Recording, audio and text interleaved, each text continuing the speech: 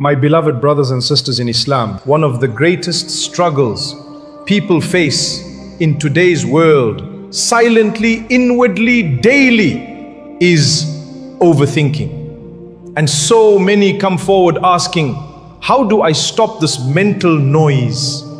How do I gain peace from the chaos in my mind? First, let's be clear about what overthinking actually is. It's when your thoughts refuse to pause. You dwell on problems over and over again. You overanalyze conversations. You fear what's coming. You imagine the worst. It's a cycle and it's exhausting. It leads to mental fatigue, anxiety, sadness, and sometimes even despair. It can affect your sleep, your focus in salah, your mood with loved ones, even your trust in Allah. But the beauty of Islam is that it doesn't just tell us what's wrong, it gives us tools, wisdom and perspective to fix it. Let me share with you the first step, and it's deeply profound. Understand that time in this world is made up of only three parts. The past, which has gone and cannot be changed. The future, which hasn't yet arrived and is not in your hands. And the present moment, the only thing you truly have power over. So what should the believer focus on? The present. Our righteous predecessors used to say, be the child of your moment, be the son of your day. Meaning, don't carry the weight of yesterday. Don't fear the shadow of tomorrow. Be fully present with what Allah has placed in front of you now.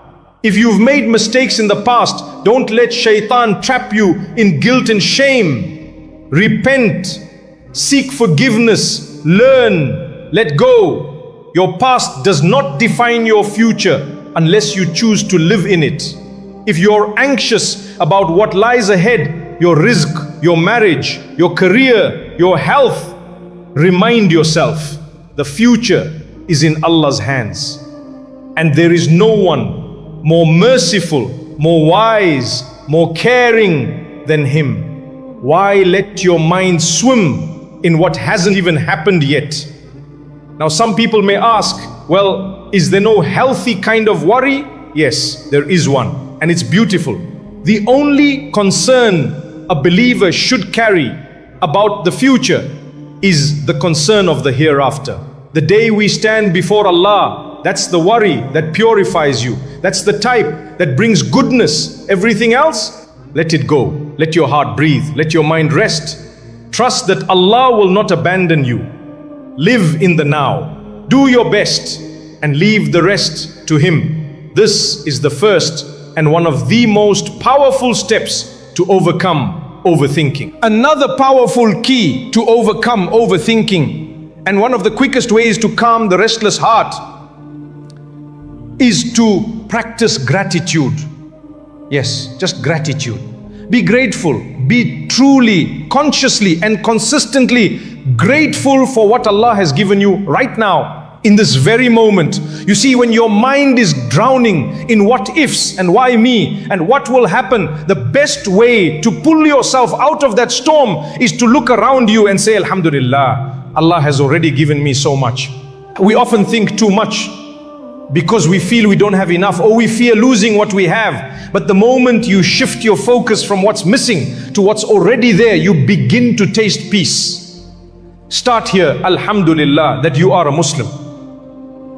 Alhamdulillah that your heart believes in La ilaha illallah. That's already a treasure beyond this world. Everything else in life, wealth, health, respect, status, comes and goes. But your deen, that's the only thing that truly stays. That's what you need to protect. That is the greatest blessing of all. If you woke up today and in the early morning you raised your hands and made a dua, if you opened the Quran and read even a few verses, if you said astaghfirullah sincerely even once, then you're blessed. You've already started your day with something most people ignore. But we often forget because we compare ourselves with others. We scroll on social media and suddenly our life feels too small. too boring, too slow. We hear of six-figure salaries, fancy degrees, job titles that sound like success, and we feel less. Some feel unworthy because they don't have 1 million followers or viral videos. But ask yourself, is that the standard Allah has set for success?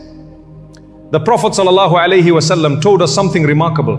He said, whoever wakes up in the morning, feeling safe in his home, healthy in his body, and has food for the day, it is as if the whole world has been given to him. Subhanallah. So ask yourself, did you wake up in a safe environment today? Did you open your eyes and find your body functioning? You can walk, you can breathe, you can think. Did you eat something this morning, or no, you will later today? Then you are living like a king, even if you don't realize it. Wallahi, most of us are blessed in ways kings of the past could only dream of. But the dunya convinces us otherwise. Shaitan whispers that we're not enough, not doing enough, not achieving enough. But Allah says, if you are grateful, I will give you more. Gratitude, my brothers and sisters, is not just a feeling. It's a shift in perspective. It's an antidote to overthinking. When you fill your heart with shukr, there's no more room for doubt and fear to take over. So next time your thoughts spiral out of control, pause, look at what you have. Say Alhamdulillah. Not just with your tongue, but with your heart. And remind yourself, as long as I have Allah and I have my deen, I already have everything I need. Let's now come to one of the most powerful and liberating forms of worship in our deen. A worship that can free your heart from stress, anxiety, confusion, and doubt.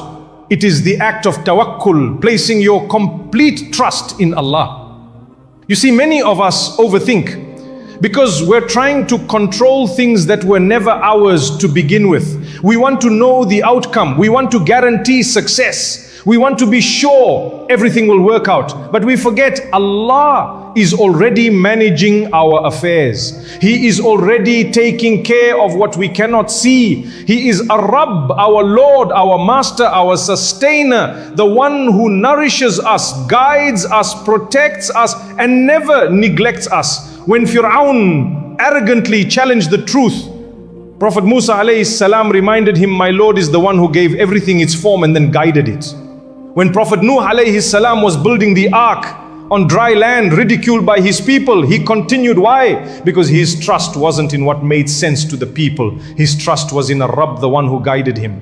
Even in the Quran, when Allah spoke to Musa alayhi salam and said, indeed, I am Allah, there is no deity except me, so worship me and establish prayer for my remembrance. Allah didn't just command him, He reassured him. And you too, perhaps you are overthinking today.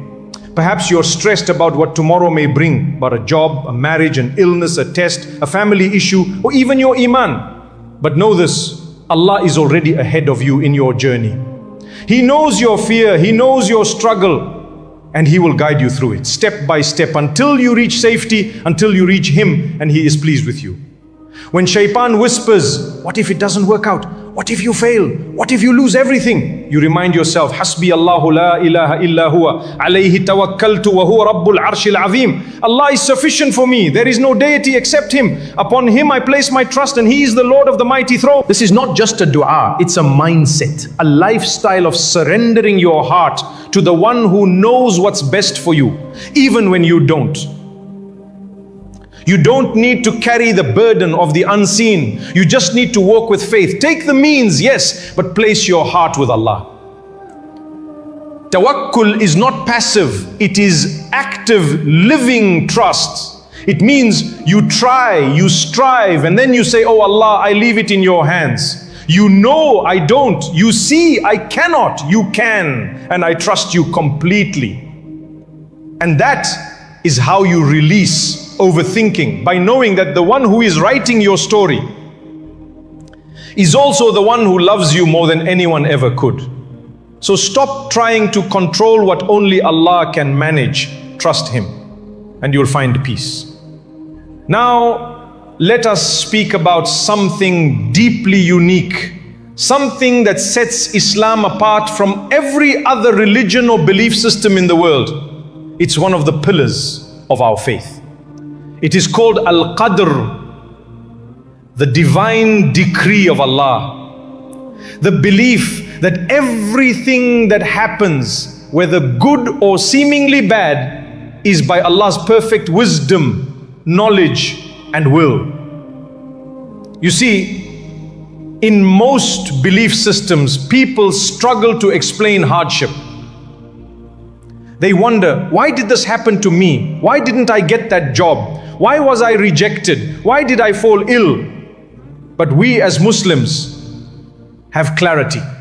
We don't just say things happen by chance. We say it was written by Allah, and He never makes a mistake.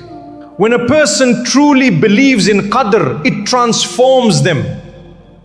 It removes fear of the unknown. It kills the habit of overthinking, because they know if something was meant for me, it will come no matter what stands in its way. And if it was not meant for me, I could chase it with all my strength and it would still slip away. That's why the Prophet ﷺ taught us, know that what has missed you was never meant to hit you, and what has hit you was never meant to miss you.